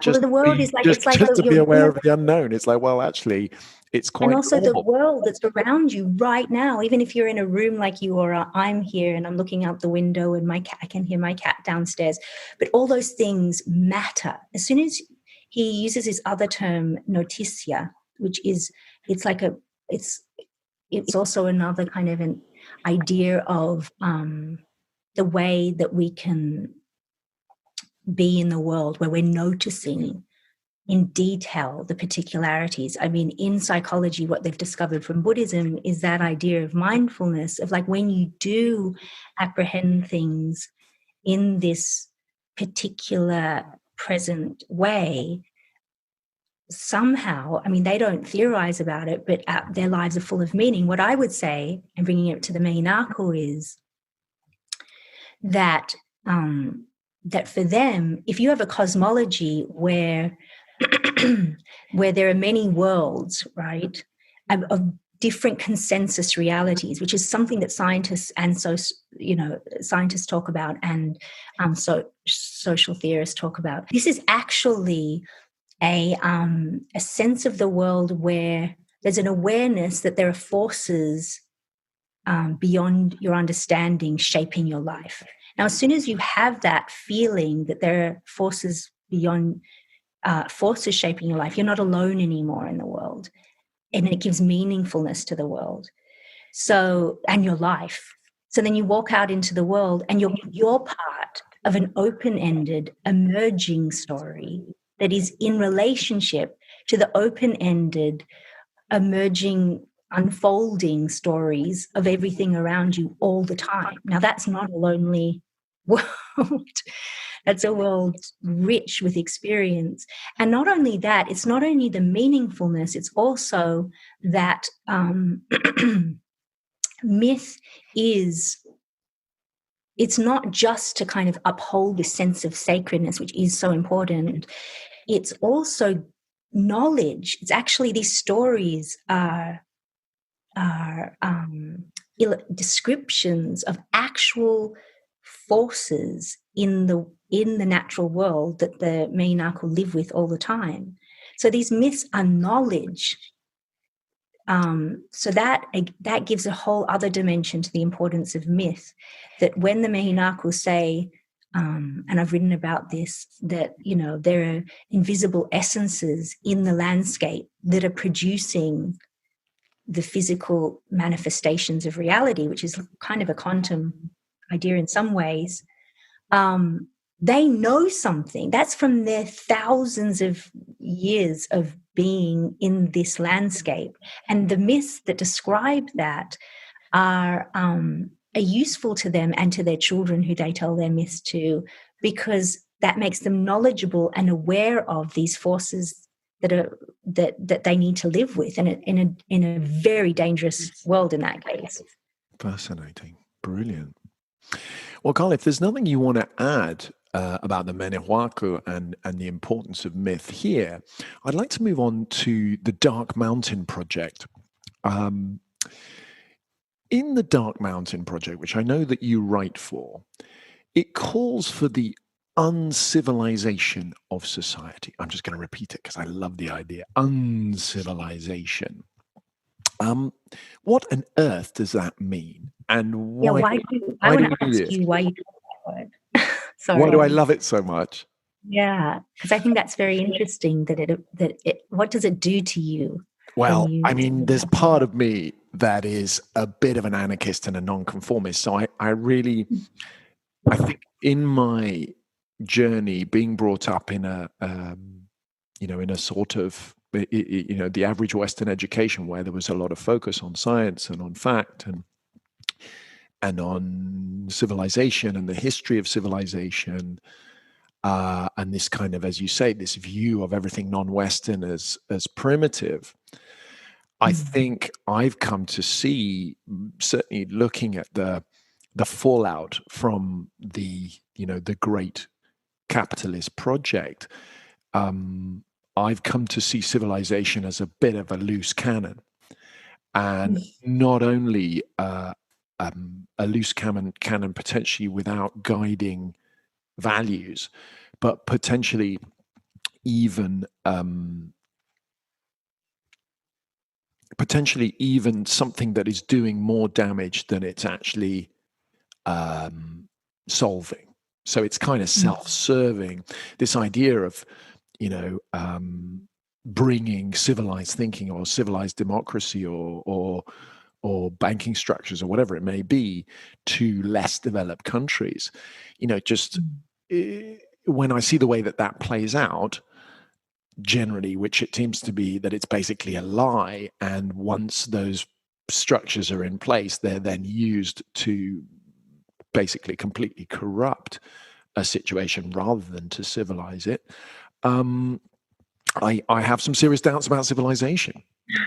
But it's sorry, you've totally thrown me by asking me the question no, I love that you were about to answer. But I thought I'd roll with that. That's great. I'm part of your. No, I love it. I agree. No, that's fantastic. That's really very similar to things to what I was going to say. That in terms of the Dark Mountain. Tell us a bit about the project. What is the project? Well, do you know what? I'm not an expert on that project because I have only just written a couple of things for them, and I would like to talk to Dougal Hine and Paul Kingsnorth, who wrote the manifesto and things. I think, in my very general knowledge of it, I have read the manifesto many years ago, is this idea exactly as you say of finding the story of civilization toxic, for want of a better word, like one that is not working, has brought us to the brink of ecological catastrophe, that we need to, there's a call to action in the manifesto that we need to recognize that it is a story, first of all, coming back to the things that we've been talking about, recognizing it as a construction, that it's not what it's done to other stories, what it's done to the natural world. And they call specifically for a decentering of the human from the story. So they like stories a lot where the human isn't at the center of the story. It is, it's a real moving down onto the land, like stories of the earth and and stories that aren't, because as I was saying before, this idea, say, of the hero's journey of self-knowledge and the human at the center of this story is not necessarily the way that stories work in other cultures. So, for example, there's this beautiful essay by this woman about Japanese fairy tales and how different stories can be. So where they're not, the human isn't at the center and there isn't a trajectory like that. It's called the bush warbler. She gives this example of the bush warbler, and where basically, I won't tell you the whole story because we're short on time, but the solution is she calls it an aesthetic solution. Oh no, it's actually the theorist who wrote this book who she's referring to, an aesthetic solution to the story, which is just that the end of the story is that the protagonist, or the center of the story, but is not really the center, experiences this moment of beauty and then it's gone. And that's it. That's the story. So we kind of think of stories having to hit certain notes, but they don't in other cultures. For them, the image of nature, of the loss of beauty in itself might be one of, as she puts in this essay, the most, and we should put it on the, a note to what exactly this essay is on the, as a note on the, that, because it is a beauty, is that it is, that the story is more that kind of story of loss might be the bravest story of all, for instance. And that's a very dark mountain kind of a story, because a lot of it is about facing where we've come. And they talk a lot about like this unwillingness to face it, really coming to terms with it. So a lot of the work done for it is just the coming to terms with where we actually are right now. How much do you think that the Age of Reason and this, what I sometimes feel is a reduction to a purely matter-led understanding of the world, how much do you think is responsible for some of the I want to use the word atrocities, but some of the mistakes, let's say, that civilization has made along the way, Western civilization I'm referring to here? How much do you think is the fault of the Age of Reason, of the Enlightenment thinking, of this reduction, this soulless reduction to pure biological process and matter? How much do you think is the fault of the Age of Reason? And is there anything that we can do, maintaining the huge benefits that science and technology have brought? Is there a way that we can kind of balance this out without sort of losing the benefits of science and technology, but at the same time being a little bit more humble and honest about where this has just gone too far, and it's sort of pushing the limits of what actually the earth and society can handle? Yeah, I absolutely agree with you that that the Age of Reason and what came with it is responsible for the systems or the civilization that we live in. Because, as I was saying before, if the world is just dead matter, then who cares if we plow through, destroy an entire forest to frack, for instance? There's no consequences. We're not killing anything of any importance. So if you lack an awareness, a cosmological awareness of the realities of what is actually there, just because you're blind to them, because that kind of Age of Reason, to me, it's kind of like a blindness, like you only see tree. It's very simplistic, you know what I mean? Whereas to me, an Amazonian perspective is so much more nuanced. You have these different consensus realities that are formed by different perspectival kind of position groups, and it's just it's a very intricate and very intricate kind of a view on the world. Now, what I want to say also is absolutely science can help us, because science is not there. The real science, like the science of like the cutting edge physicists and what have you, they don't believe in dead matter. They know that's common sense. Well, like we're lagging in common sense knowledge of the world, of science. We're like stuck back. I don't even know how long ago. In our sense of the world, we're still carrying kind of almost this Victorian sense of science that isn't real anymore. That's not what the scientists are even discovering, particularly theoretical physicists and people like that.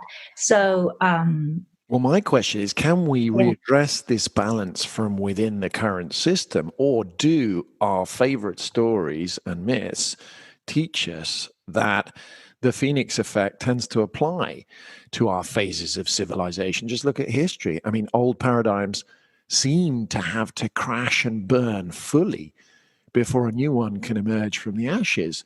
How much do we have to sort of pay homage to the Phoenix effect that we see in all of these myths and in our own society's history to accept that perhaps something does need to completely collapse before we can build something in its place? I wonder if really looking at history, it's going to be possible to make a readdress of that balance from within the system as it stands, from within this civilization as it stands.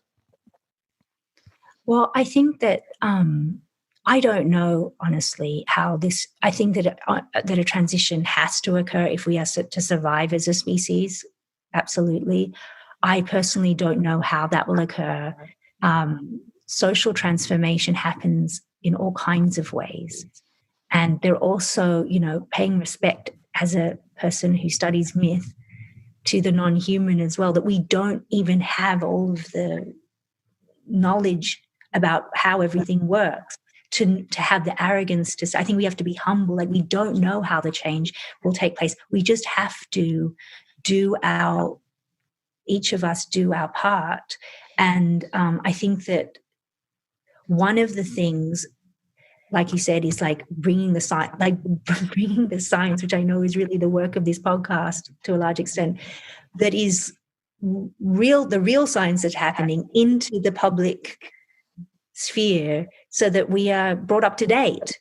And let's bring, this is the anthropologist in me talking, but also the humanist, let's bring these theories of people who've been pushed down, pushed away, not included, called primitive. Let's bring their theories about the world right into the center, because ours are not working. So what an extraordinary point, and something that I really want to look into, this idea of Western science as just one of the world's many sciences and approaches to sciences, whether, for example, Vedic science, would be interesting to look into that with this idea, sort of top-down consciousness first kind of approach.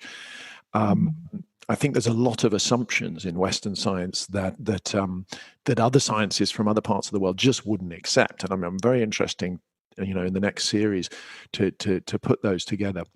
So what about Imaginal Futures? It's very mysterious website. I do encourage everybody to go and take a look at it, and I think obviously, that's probably part of what you're trying to do. Tell us, what exactly is Imaginal Futures, and what are you hoping to do with that, and can people get involved? Well, maybe I shouldn't tell you. That was a joke. Leave me on the edge, like, no. It's a mystery. Well, Imaginal Futures, I'm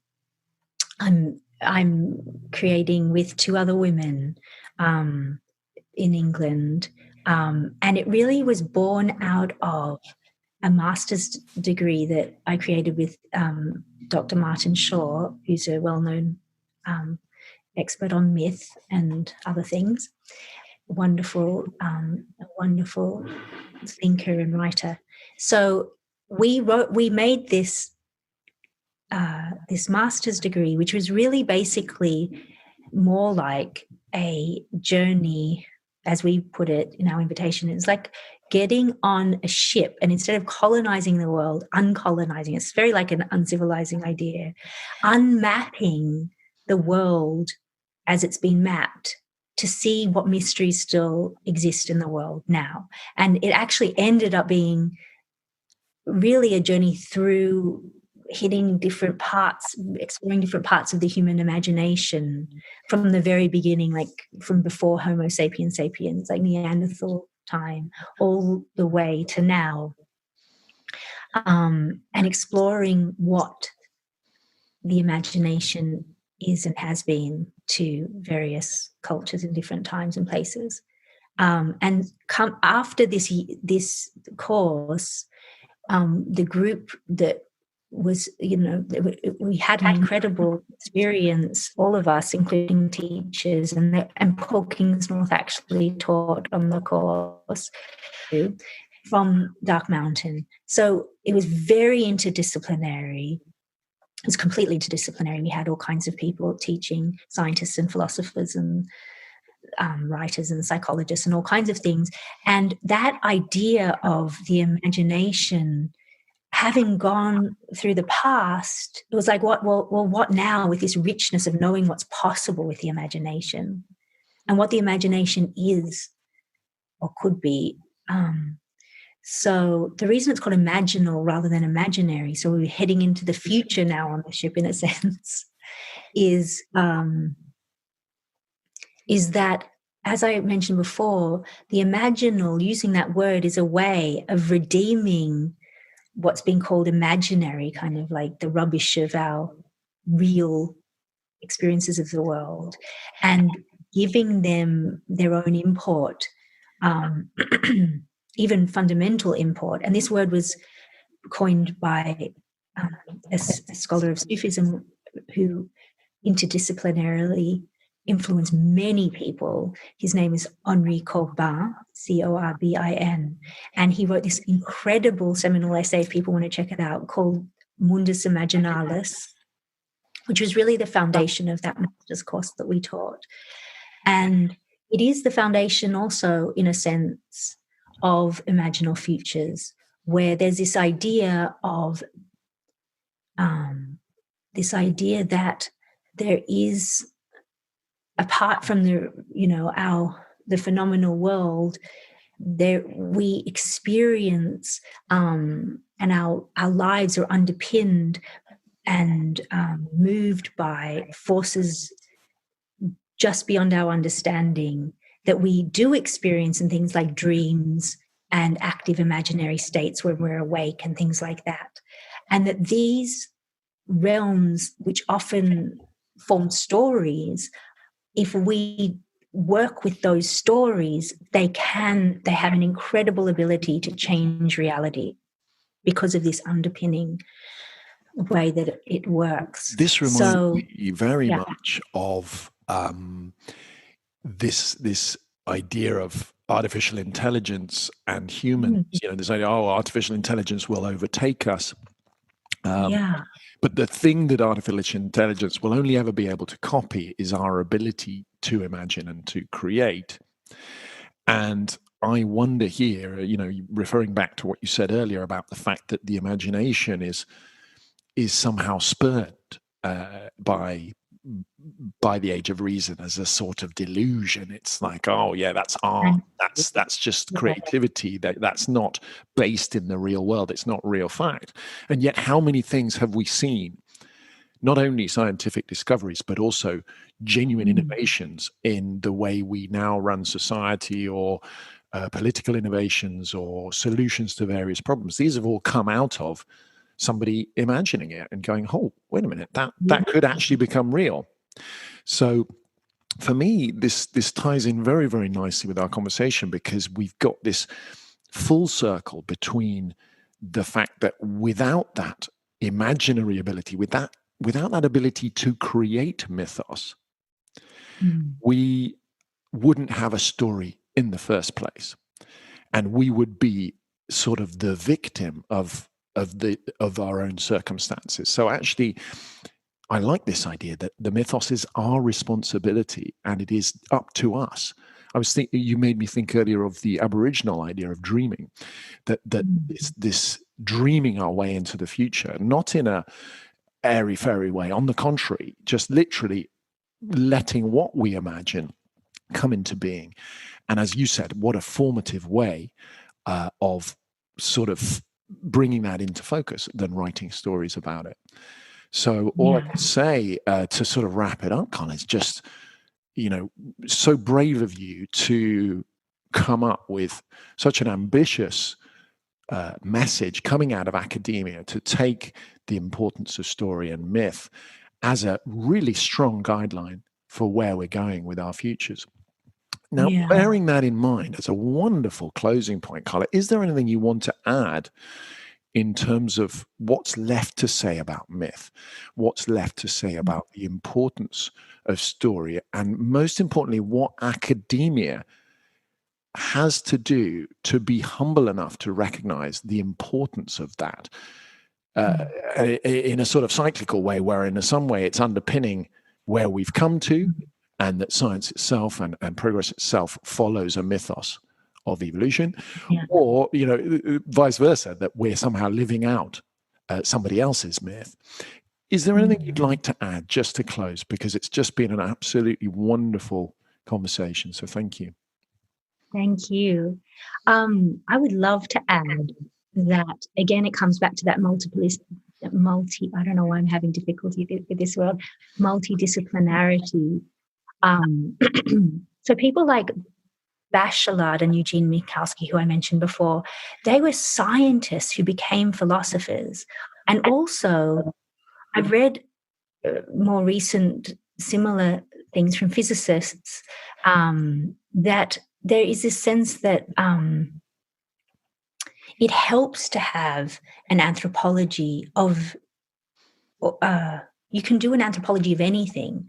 So I think bringing that anthropological cross-disciplinary perspective on any matter, like if you're a scientist, I think it helps to think about, am I making too many assumptions here am I leaving something out? Am I blind to something because of my cultural lens on, or whatever it is? So I think that's a really helpful thing in terms of story and anthropology, which is like, and the kind of anthropology I do, where we're really looking at the experience, like what am I missing in my experience of the scientific process? Because actually, as you were saying, that about scientists are some of the most imaginative people alive, that actually the scientific, we've kind of divided things out. And yes, the imaginary has been dismissed in some kind of common sense ideas, but I think scientists who are really at that cutting edge, they know because they live it. It's this imaginative process of association and breakthrough that happens. It's the way that life works in terms of a larger sense of the mind. Also, I'll just point out, because you brought up Aboriginals, and maybe this is something to end with, is that I think it's a radical idea that was written about beautifully by a man called Sean Kane, that, say, for Imaginal Futures, it's not just about, like, you don't have to create them from nothing, because that's, again, that idea of like being an individual in a dead world, just kind of making things. Creation can be just listening to something that's being given to you, that you can hear in a sense. In other cultures, it's like the land is talking to you. That's what myth is in other cultures that Sean Kane talks about. That, it's the land, a place telling a tale through human beings. So mythos then is discovered, or it's co-created by humans. And I think that is an interesting way of seeing myth in general, is that myth is a way of, and even Joseph Campbell said this, of opening to the unknown and living with the unknown, and making relationship with it. If we can do that and imagine futures that, and the invitation of Imaginal Futures is to anyone, from children to nuclear physicists, to philosophers, to school teachers, whoever. It's about everyone, because we are at this critical moment in history, really with their own unique gifts, imagining what's possible, because we don't know yet what's possible. So let's all imagine. And if you'd like to be part of the project, any kind of imagining, but really bringing your best to it, because we need your best. The world needs your best if we are to continue as human beings on this earth. So Dr. Carla Stang, what wonderful closing words there, and what an inspiration to speak with somebody who's so familiar with the huge scope of myth, and able to plug it in to a sort of academic understanding that could eventually be of use to us when we're trying to piece together in a more academic way the nature of reality and the nature of the human condition. Dr. Carla Stang, thank you so much. Please do go and look at this wonderful book, Walk to the River in Amazonia. Please do get on to the Dark Mountain Project, and particularly to Imaginal Futures if you're interested in this idea of co-curating our own future, both as a society and as individuals. Wishing you very much the best. I wanted to add that we will be teaching a course probably at Embecombe in England on Imaginal Futures, which will be a multidisciplinary, probably a year-long course where you can really, where this kind of imaginative function will be developing that and learning from people who have done so. Oh, wow. Well, please do. I will certainly get that into the show notes. Is there a website where people can find out about that? Is that all on Imaginal Futures? It's not yet, but it will be on Imaginal Futures and on the Mbecum website. The other two women I'd like to also mention who were part of the key players of that project are Rachel Fleming, who's the director of Mbecum, and used to be the director of Schumacher College, and Emma George. Wonderful. Well, thank you. As I say, Carla, we'll get all of that into the show notes. And thank you very, very much, and wishing you very much the best with all of your future projects. Thank you. Very interesting.